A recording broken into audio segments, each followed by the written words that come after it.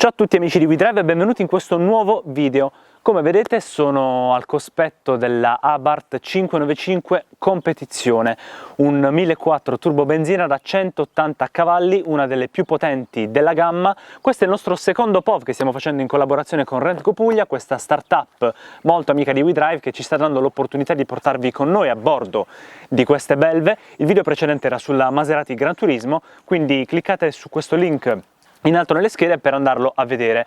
Prima di salire a bordo di questa Abarth 595 Competizione, qui c'è la chiave, vi ricordo inoltre di iscrivervi al nostro canale, di attivare le notifiche con il campanello e di seguire noi e Rentco Puglia sui social. Siamo a bordo della 595 Competizione, per ora la tengo un po' in normal perché voglio farmi un paio di chiacchiere con voi. Vi sono molto sincero. Penso abbiate visto, e se non l'avete visto cliccate sul link qui in alto nelle schede, uno dei nostri video più popolari, che era la scoperta, purtroppo da ferma, l'abbiamo solo accesa, della nuova 595 Competizione, quando erano usciti, per intenderci, i nuovi colori.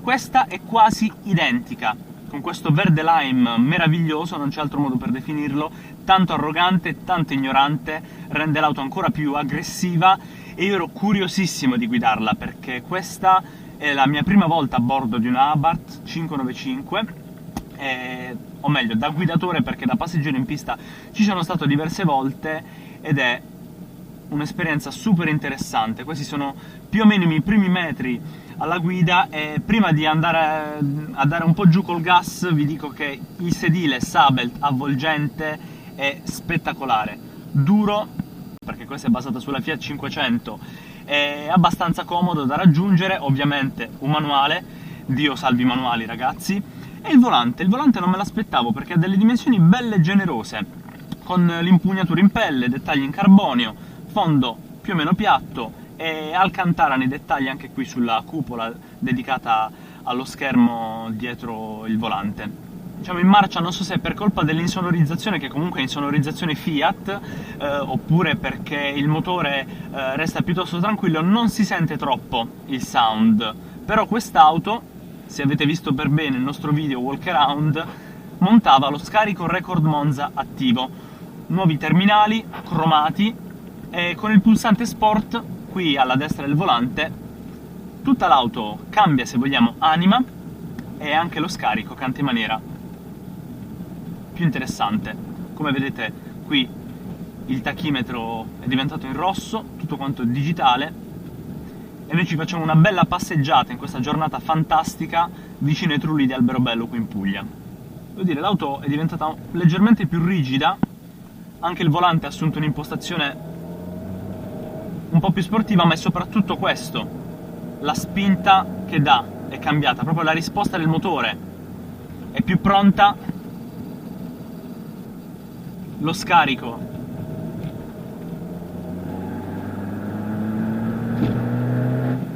è molto più presente.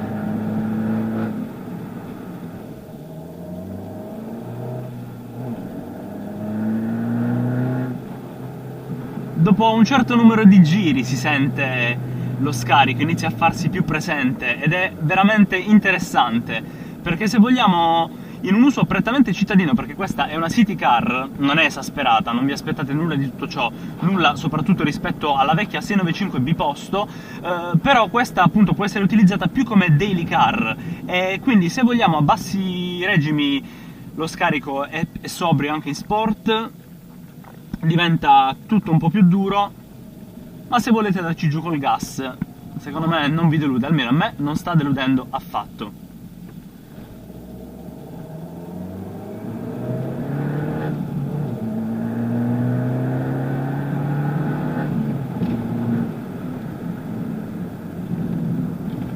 I freni sono abbastanza pronti, l'auto ora si è scomposta un pochino a causa del manto stradale, di queste vie, di queste strade di campagna tra i Trulli bellissime, però i freni prima li ho sentiti pronti, freni Brembo, chiaramente, quest'auto è molto made in Italy.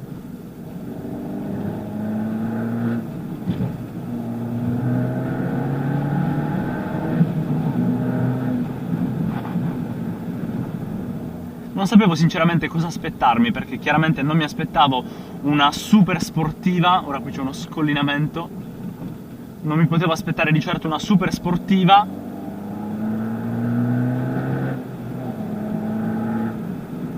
Avevo sentito diversi pareri di amici possessori di Abarth, perché la Abarth, soprattutto 500 oltre alla 124 Spider, è un'auto che ha avuto tanto successo tra gli appassionati, ha fatto affezionare tanti altri al marchio dello Scorpione, e sto iniziando a capire perché.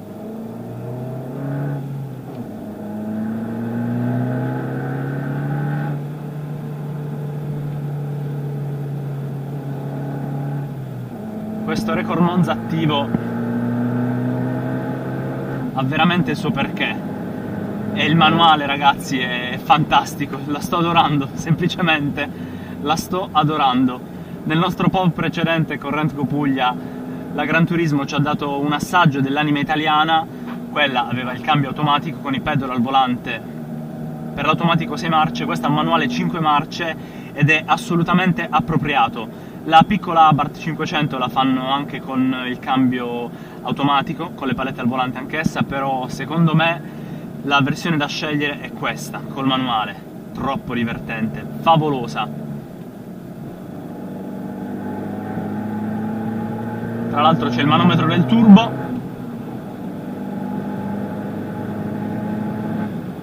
Ok, bello questo rettilineo, tutto quello che volete, ma voglio tornare nelle stradine tra i trulli, con le curve, ci facciamo un po' distanziare da questo furgone e vi dico che è un'esperienza fenomenale. Stamattina siamo venuti qui, abbiamo deciso di abbandonare il grigio della città di Bari, per quanto non sia una città molto grigia, e abbiamo deciso di portare questa Abarth qui tra appunto le colline, tra le curve e i trulli di Alberobello e Locorotondo, e se non voleste impegnarvi troppo, perché giustamente per alcuni potrebbe essere impegnativo l'acquisto di una Abarth, perché non è assolutamente una Fiat 500 normale, consiglio di provare, se volete anche con un noleggio, un'auto del genere, perché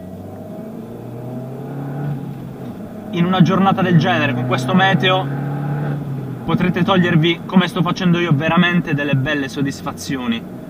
Ero curiosissimo e me le sto togliendo tutte. Favolosa. Sentite questo scarico!